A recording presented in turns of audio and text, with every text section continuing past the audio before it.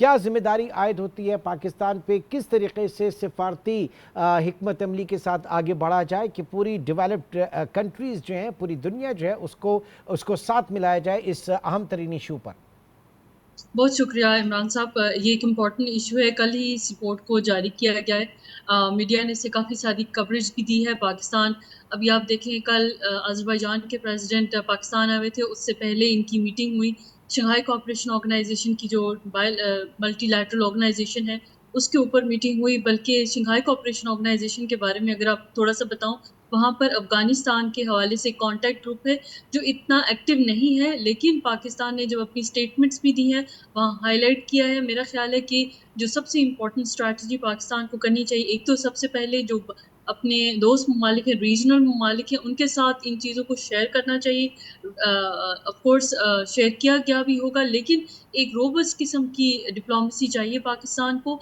दूसरा एक इम्पोर्टेंट जो होने जा रहा है इवेंट, वो भी पाकिस्तान के अंदर, आपको पता है कि हम लोग शंघाई कोऑपरेशन ऑर्गेनाइजेशन की जो हाई लेवल की हेड्स ऑफ गवर्नमेंट की जो मीटिंग है वो अक्टूबर में होस्ट करने जा रहे हैं। उसके लिए मीटिंग्स भी हो रही हैं। पाकिस्तान एक वनरेबल कंट्री है। हमारे बॉर्डर्स जो हैं वो वनरेबल हैं बिकॉज ऑफ द टेररिज्म। हमें ये हाईएस्ट लेवल पे अपनी जो रीजनल कंट्रीज हैं उनके साथ शेयर करना चाहिए। स्पेशली शंघाई कोऑपरेशन ऑर्गेनाइजेशन की जो मेंबर स्टेट्स हैं, अब 10 हो गए हैं। इसको, और ऑफ कोर्स यूनाइटेड नेशन में जब आप हाईलाइट करेंगे, उसकी अभी जनरल असेंबली की मीटिंग भी आने वाली है, वहाँ पे रोबस्ट तैयारी के साथ पाकिस्तान जो है वो इसको प्रेजेंट कर सकता है हाईएस्ट लेवल पे। और अगर आपने रिपोर्ट गौर से भी देखी हो, वहाँ पे काफ़ी सारी ऐसी चीज़ें हैं जो कि पाकिस्तान के फेवर में जाती हैं। स्पेशली मैं हाईलाइट करना चाहूँगी उन बातों को जो कि पाकिस्तान ने रेगुलरली शेयर की हैं।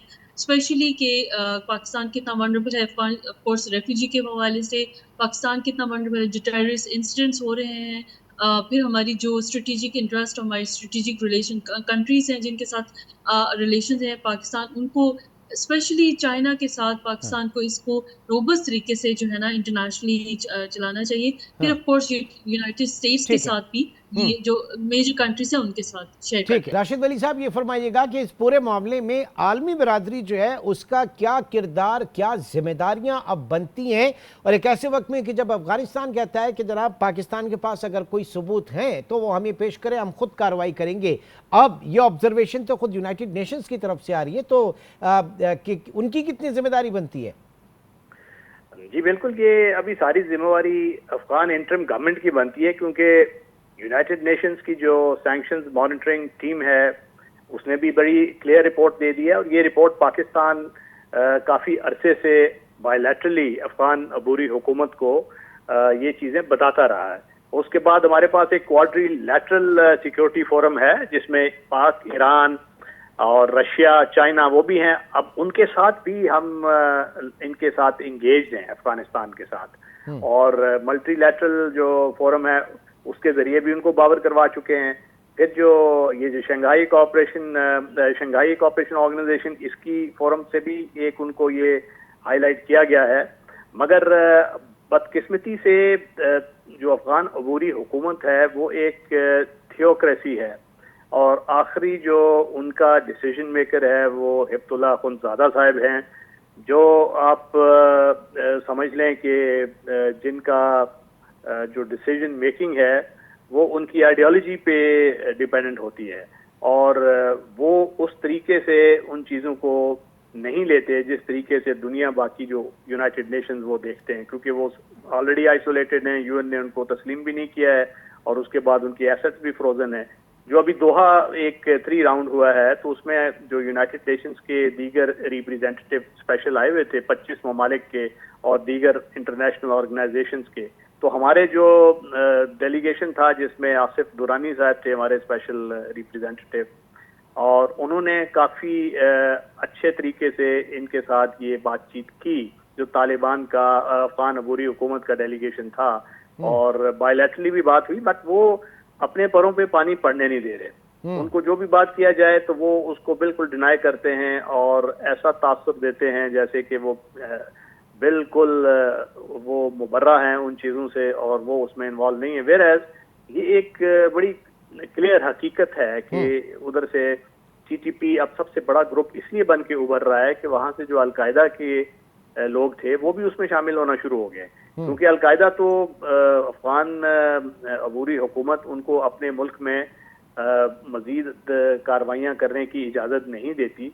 और अब जो ओनली जो महाज उनके साथ खुला हुआ है जिसमें कोई परफॉर्मेंस वो शो कर सकते हैं, तो वो टीटीपी और पाकिस्तान की तरफ उनका रुख है, या वो ISKP हैं जो कि जाके दूसरे ममालिक में दहशतगर्दी करते हैं सेक्टेरियन बेसिस पे। और इसमें पूरा जो आलमी बरादरी है अब उसको देखना चाहिए कि ये एक खित्ता दोबारा दहशतगर्दी की लपेट में जा रहा है, और इसमें जो खित्ते के दीगर ममालिक हैं जिस तरीके से भारत है, तो उसका भी जो एटीट्यूड है वो हमने देखा हुआ है कि वो उसने सप्लाई चेन खोल दी है अजीत दोवल के आने से के बाद, और अफगान प्रॉक्सी जो हैं वो उन्हीं के जरिए उनको सपोर्ट कर रहा है। मैं यही आपसे पूछने वाला था सर कि इससे पहले प्री तालिबान जो है वो वहाँ पे एक नेक्सस था, उसमें काबुल, नई दिल्ली, इनका एक नेक्सस हुआ करता था, वो अब कहाँ पे? तो आप उसी को रिस्पॉन्ड करें कि अभी भी ये प्रॉक्सी वॉर है और ये प्रॉक्सी सारी चीज़ें हैं वो जो एक साजिश है पाकिस्तान के खिलाफ वो अभी तक जारी है? जी बिल्कुल वो जारी है, और वो उनकी फंडिंग जारी है, उनको एड दी जा रही है, ऑर्गेनाइज किया जा रहा है। टीटीपी के जो धड़े थे वो 8-10 धड़े मर्ज हो चुके हैं, सेंट्रलाइज्ड होते जा रहे हैं। इनको हाफिज गुल बहादुर, टीपू महसूद जैसे लोग वो मिला के ऐसे लग रहा है कि कोई इसको कोरियोग्राफ कर रहा है, ऑर्गेनाइज कर रहा है, पेट्रोनाइज कर रहा है, और उनके लिए सिक्योर बेस मौजूद है एक फॉरेन। ठीक है डॉक्टर फरहद, सूरत हाल आपके सामने। और अब ये तमाम मामला जो है खुद अफगान हुकूमत के लिए, अफगान अवाम के लिए, अफगानिस्तान की बका सलामती के लिए कितना ख़तरनाक है, क्योंकि ज़ाहिर है कि वो दुनिया में दहशतगर्दी की एक बहुत बड़ी कीमत जो है अफगान अवाम ने अदा की है। तो वो कहाँ पे इस वक्त खड़े हैं और वो कैसे निकलना चाहेंगे इस पूरे मामले से? असल में thank you so much for this question. असल में ये है कि मैं जब मेरे फेलो कलीग भी बात कर रहे थे, तो मैं ये सोच रही थी कि अफगान हुकूमत की कैपेसिटी कितनी है कि वो इस टेररिज्म को, इस जो थ्रेट है बढ़ता जा रहा है, वो किस तरह से उसको ख़त्म कैसे करेंगे या उसको डील कैसे करेंगे।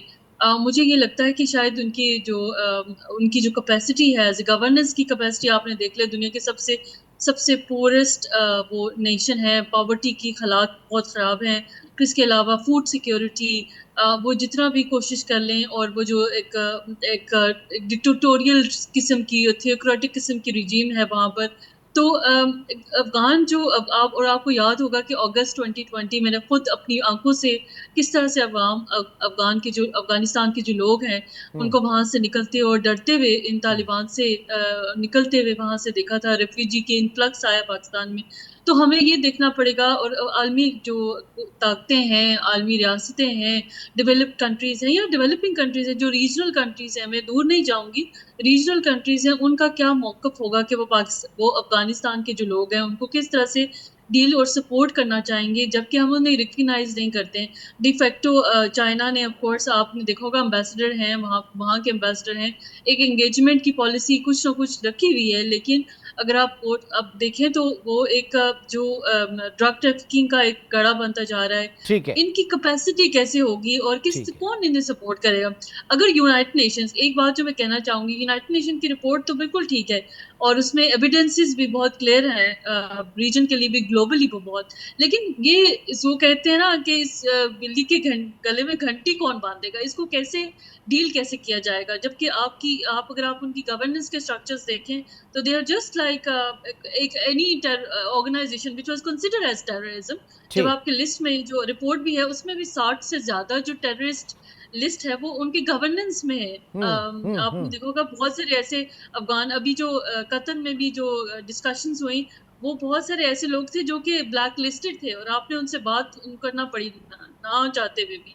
तो वो कैसे आप डील करेंगे? तो ये बहुत चीजें हमें देखनी पड़ेगी। मामला इंतहाई पेचीदा है, लेकिन इसमें एक जामी हिकमत अमली जो है वो अपनाई जाए, और बिलखुसूस एक ऐसे वक्त में कि जब खुद यूनाइटेड नेशंस की जो मॉनिटरिंग सैंक्शन मॉनिटरिंग टीम है उसने थोड़ी सी आसानियां पाकिस्तान के मौक़िफ़ के हवाले से आसानियां हुई हैं कि हम अपना मौक़िफ़ बेहतर तरीके से दुनिया के सामने पेश कर सकते हैं। तो उसमें हमारी स्ट्रैटेजी जो है वो भी इतनी पावरफुल होनी चाहिए और एक जामे और मजबूत होनी चाहिए।